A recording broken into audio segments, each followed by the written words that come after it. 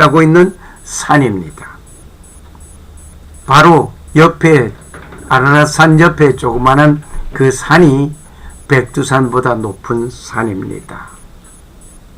아라랏산은 터키 동쪽 끝자락에 있습니다. 지금 지도를 보시는 바와 같이 지도의 오른쪽은 아프리카, 그 위에 이집트가 있고 이집트 위에 이스라엘이 있고 그 위에 시나이 옆에 사우디아라비아가 있고 그 위에 터키가 있습니다. 왼쪽으로 가서 보면 터키를 큼직하게 그려놓았습니다. 터키는 흑해와 지중해 사이에 있는 한 나라입니다. 그 터키의 끝자락에 있는 아라랏산입니다. 사진에 붉은색으로 그려져 있는 것을 참고하시면 되시겠습니다. 이 산의 이름은 여러 이름으로 불려졌습니다. 바사이는 구인 노아의 산이라고 부르고 있습니다. 페르시아인은 노아의 산이라고 부릅니다.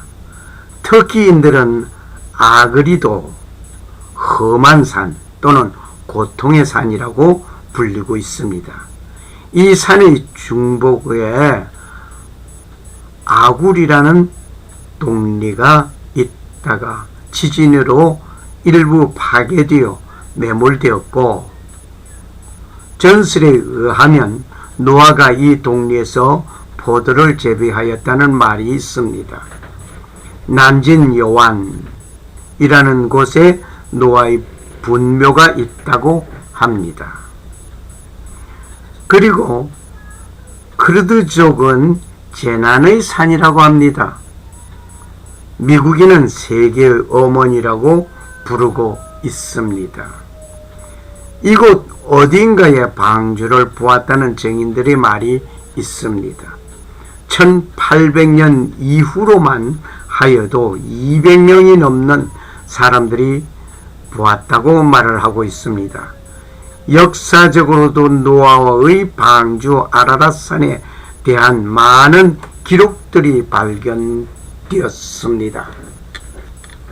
아르메니아의 농부 조지 타고지안이 어렸을 때에 삼촌과 함께 보았다는 기록이 있습니다. 어린 시절의 기억을 들으면서 어느 화가가 스케치한 그 그림이 아래에 있는 이 그림입니다. 위의 구멍들은 환기 창문으로 여겨지고 있습니다. 창세기 6장 13절에서 17절을 다시 읽겠습니다.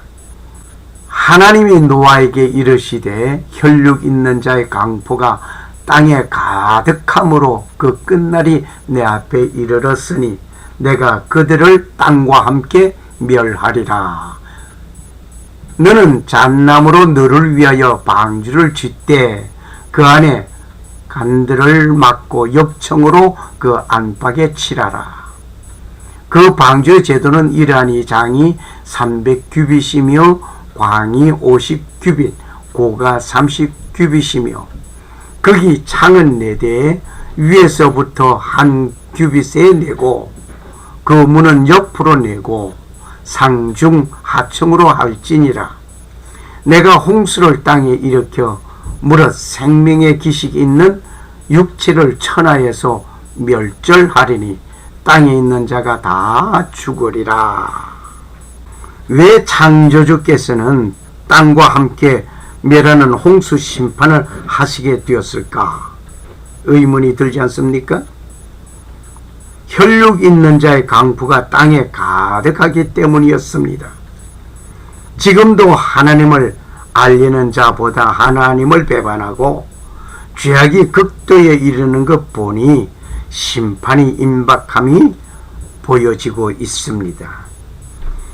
인간이 범죄하는 일로 인하여 땅이 저주를 받고 멸망하게 된 것입니다. 앞으로는 인간의 죄악 때문에 땅이 저주함을 잊는 일이 없을 것입니다. 범죄한 그가 회개하지 아니하면 그가 멸망함을 입게 될 것입니다.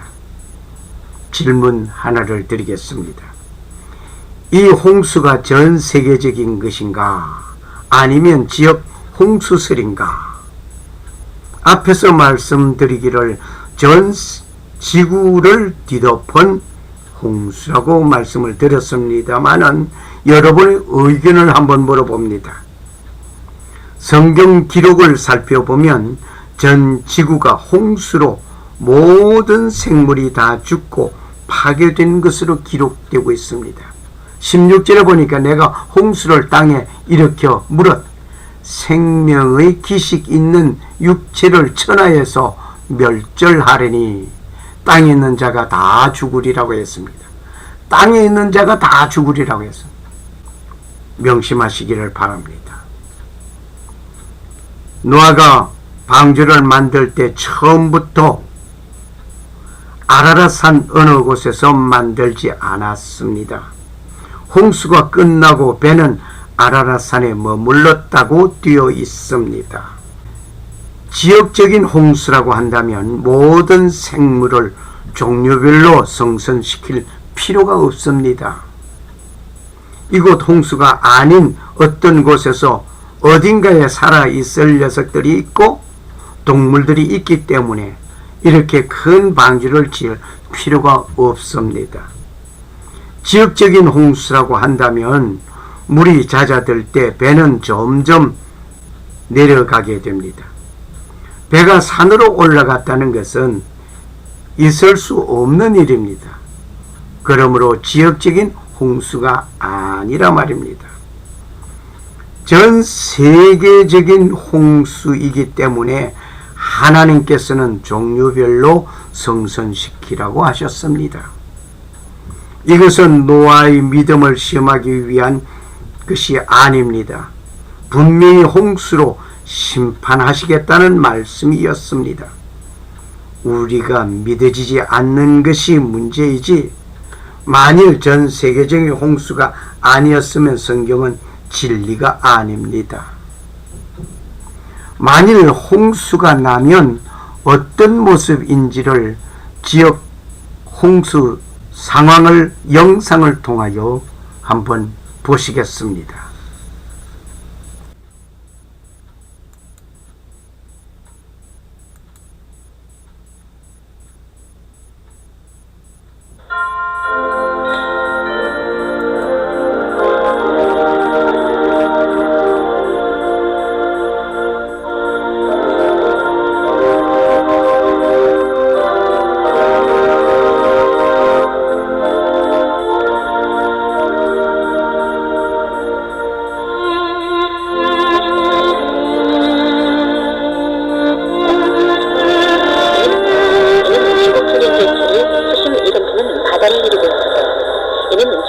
전체를 수심 1.6km로 덮을 수 있는 양이죠.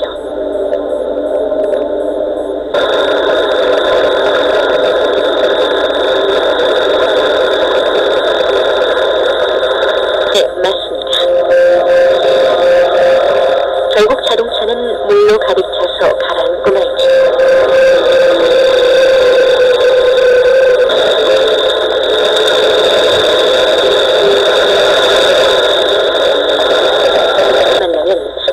여러 가지로 나뉩니다. 바로 이런 곳에서 난류가 발생하는 것이죠.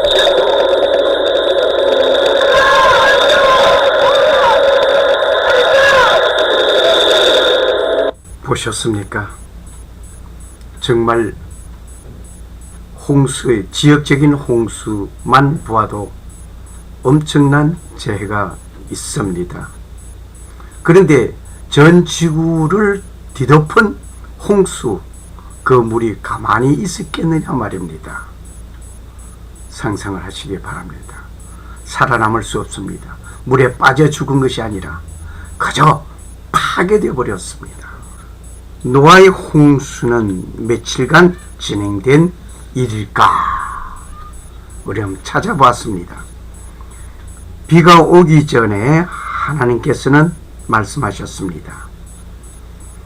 지금부터 7일이면 내가 40주야를 땅에 비를 내려 나의 지은 모든 생물을 썰어버리리라. 창세기 7장 4절 말씀.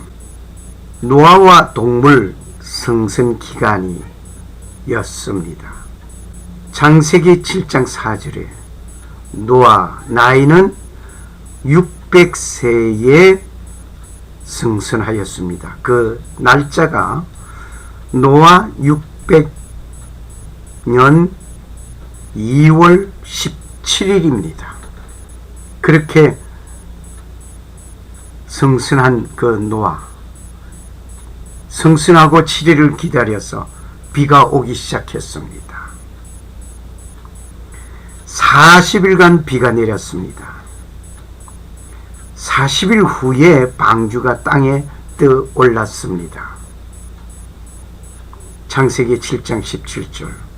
더 물이 많아져서 방주가 떠다니게 되었습니다.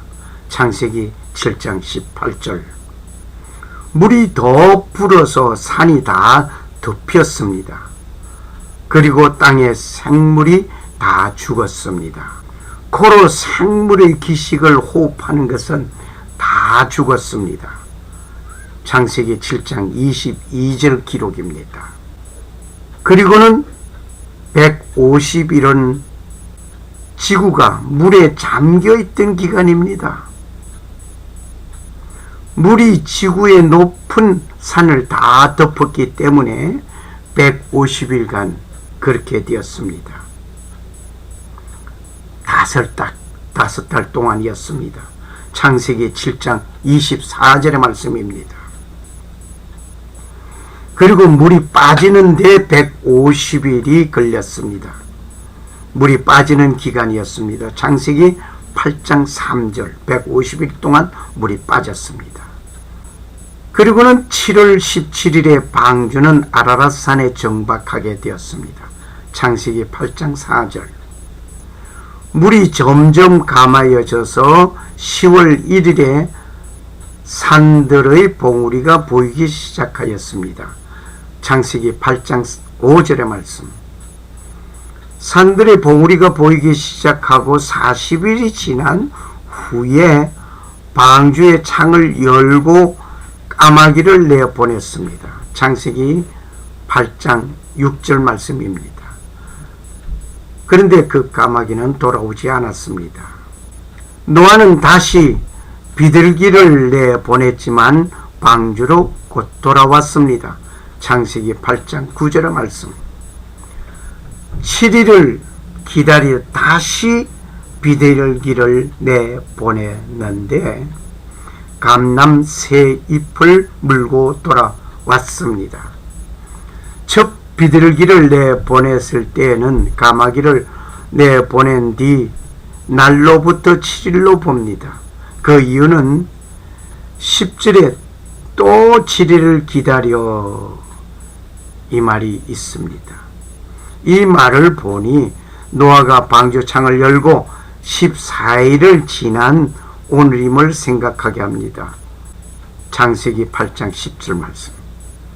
즉 다시 말을 한다면 까마귀를 내보낸 뒤 7일에 비둘기를 내보냈습니다. 그런데 그 비둘기는 돌아왔습니다. 7일을 또 기다려 비둘기를 내보냈는데 돌아오지 않았습니다. 창세기 8장 11절. 그러니까 비둘기 3번을 내보냈는데 처음에는 그냥 돌아왔고, 두 번째 비둘기는 감람 새 잎을 물고 돌아왔고, 세 번째 비둘기를 다시 돌아오지 않았습니다. 노아 601년 1월 17일 노아는 방주에서 지면을 볼 때 지면에 물이 그쳤음을 보았습니다.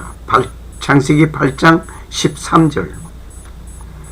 그리고 노아는 2월 27일에 땅에 물이 말랐음을 보았습니다.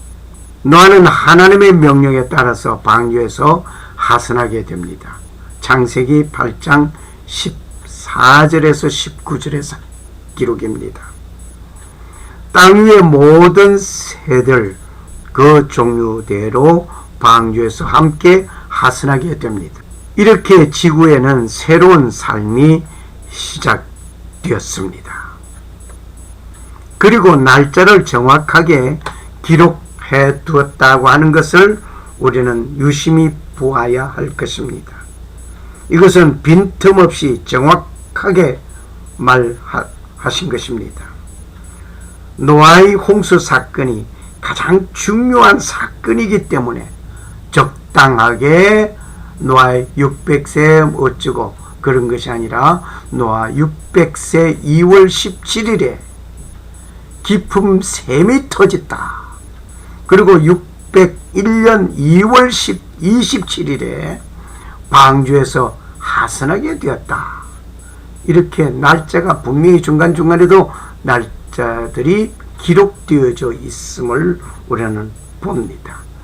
노아의 홍수 사건이 중대한 사건이었습니다. 창조 이후 지금까지의 가장 처참한 심판은 홍수 심판을 들 수가 있습니다.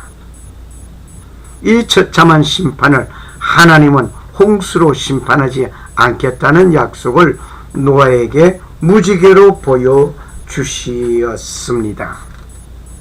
내가 다시는 사람으로 인하여 땅을 저주하지 아니하리니 창세기 8장 21절의 말씀입니다. 사람으로 인해서 땅을 저주하지 않겠다고 하나님 말씀하셨으니 그저 이제는 심판이 없다가 아닙니다. 사람이 잘못한 것은 그 사람이 책임을 져야 됩니다. 개인이 잘못한 건 아버지가 잘못한 것 때문에 아들이 죽임을 당하는 것이 아니고 아들이 잘못한 것 때문에 아버지가 죽임을 당하는 것이 아니고 잘못한 그자가 죽임을 당한다고 하는 구약 사건들을 우리는 기억하십시다. 마지막 심판은 내가 잘못했을 때 나에게 임하는 것입니다. 내가 내 무지개를 구름 속에 두었나니 이것이 나의 세상과의 언약의 증거라고 창세기 9장 13절에 말씀하셨습니다. 그리고 땅이 있는 동안에는 더위와 신음과 거둠과 추위, 여름과 겨울, 낮, 밤이 쉬지 않으리라고 창세기 8장 22절에 말씀하십니다. 홍수 이전에는 이런 것이 없는 삶을 살아가는 쾌적한 삶을 살면서 심고 거두는 일 밤낮이 없고 영원한 삶을 살 수 있는 곳이 있었습니다. 단지 영혼의 삶을 아담과 하와가 범죄함으로 인하여 에덴에서 살지 못하고 쫓겨나면서 생명나무의 열매를 먹지 못하게 되었습니다. 사탄은 인간이 영원히 이렇게 좋은 환경에서 영혼을 약속받고 살 수 있는 환경에 있는 인간을 선악과를 먹게 하는 일로 하나님의 말씀에 불순종하게 하는 일을 하게 한 장본인입니다. 그러한 사탄은 계속하여 인간을 힘든 삶으로 몰아가고 있습니다. 좋은 환경과 편리한 삶을 연구하게 하면서 인간은 그것에 족쇄를 채워주고 있습니다. 그러나 인간은 사는 동안 오늘같이 나빠진 환경이 된 것은 노아의 대홍수로 인하여 이 모든 것을 잃어버리고 살고 있습니다. 극심한 홍수 사건에 죽임을 당한 분들이 이렇게 생을 끝냈을 것입니다. 지금 여기 자료 화면을 통해서 한번 상상해 보시기를 바랍니다.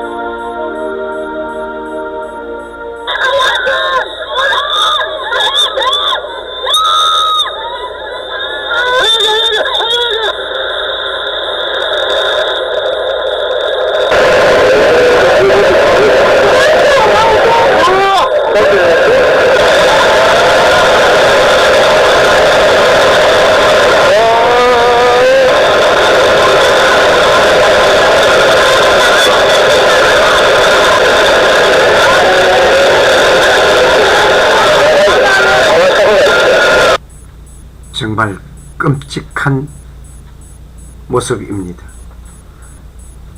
지역적인 홍수이라고 한다면 일단 높은 곳으로 피하면 됩니다. 그런데 전 지구를 뒤덮은 홍수에는 방주의 성선한 자만 살았습니다. 홍수에 빠져 죽는 죽음이 아니고 그냥 파괴되어 죽은 것입니다. 어떻게 보면 죽음 이전에 놀라서 심장이 터지는 일이 먼저 생길 것입니다. 그런데 하나님은 더 이상 사람으로 인하여 땅이 저주함을 있는 일이 없을 것이라는 말씀을 우리는 명심해야 할 것입니다. 앞으로는 사람을 심판하실 것입니다. 그리고 영원한 안식이냐 아니면 영원한 형벌인가, 선택은 그때 하는 것이 아니라 지금 이 순간 선택하고 그렇게 살아가야 할 것입니다. 갑자기 최글렁 목사님의 말씀이 생각납니다. 예수 천당 불신 지옥. 성경에 이런 일이 있었다 라고 노아 홍수 이야기를 기록해 주셨습니다. 오늘날 많은 사람들은 좋은 소리에는 귀를 열고 축복된 소리에는 귀 열고 살면서 지옥 이야기에는 아예 입 밖에 내지도 못하게 합니다. 지옥이 어디에 있는가라고 말을 합니다. 죽음이 무엇인가를 죽어보고 죽음을 아는 것이 아닌 것입니다. 죽은 자들을 보니 이것이 죽음이로구나 하면서 알게 됩니다. 이와 같이 홍수로 이런 심판이 있다라고 말을 하는 것을 들어보고 알아야 하는데 이것만은 외면하려고 합니다. 방주에 성선한 동물들을 한번 살펴보겠습니다. 미국의 분류학자인 에네스 메이어에 의하면 세계에는 100만 종 이상의 동물이 있다라고 합니다. 노아 방주의 이 많은 종류 암수 한 쌍이면 200만이나 될 것입니다. 라고 생각하면 방주 이야기에 이미 신빙성을 잃을 것으로 보입니다. 그러나 이 중 대부분은 물에서 사는 동물이라 방주에 탈 필요가 없습니다. 그리고 곤충들은 매우 크기가 작아 방주에 탔다 하더라도 적은 공간을 차지했을 것입니다. 3만 5천 종의 벌레들과 같이 방주 밖에서도 살아남을 수 있습니다. 사실은 곤충과 벌레들은 홍수시 떠다니는 거대한 나무 매트들에 붙어서 알이나 유충 상태로 충분히 생존할 수 있습니다. 그리고 성경을 보면 곤충과 벌레는 방주에 타지 않았음을 나타내는 것으로 보입니다.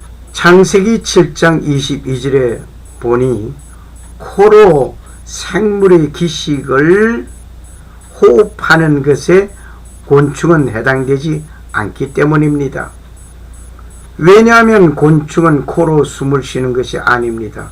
외부 골격에 있는 작은 관으로 숨을 쉬기 때문입니다. 또한 성경 창세기 6장 19절, 7장 8절에서 23절, 8장 17절에 나오는 땅에 기는 것들로 번역된 것을 보면 다른 부분에서 성경의 예를 살펴볼 때 벌레보다는 파충류일 것이 분명한 것입니다.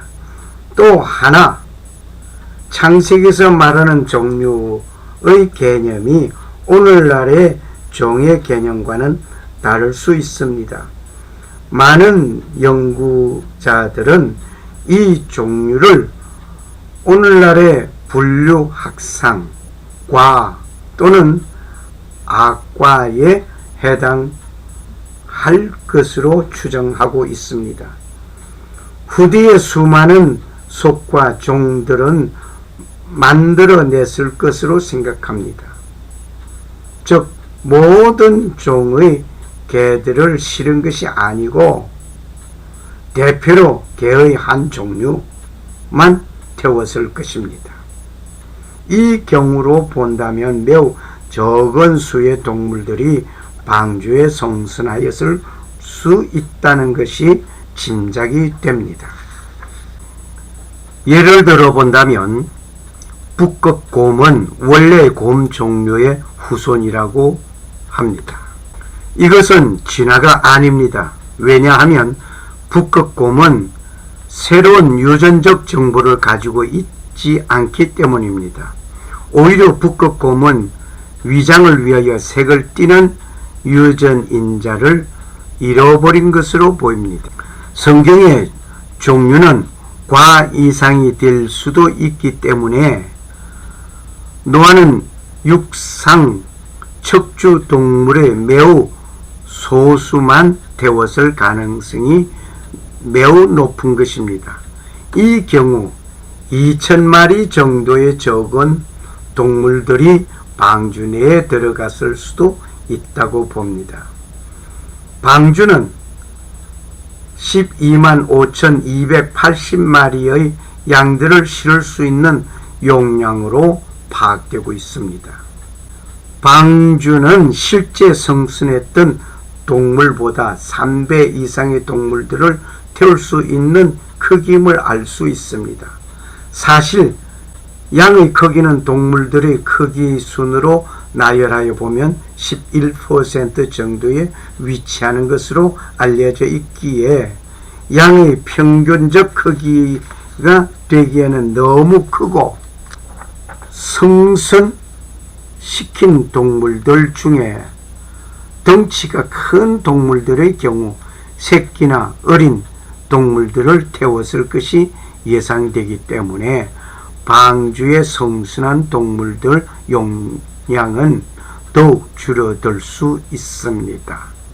그리고 여분의 장소에는 멸종된 동물들, 식량, 물, 노아의 가족, 방주에서 태어난 새끼들을 위해서 사용될 것입니다. 그리고 여분의 장소에는 동물들의 식량, 물, 노아의 가족, 방주에서 태어난 새끼들을 위하여 사용될 식량들이었을 것입니다.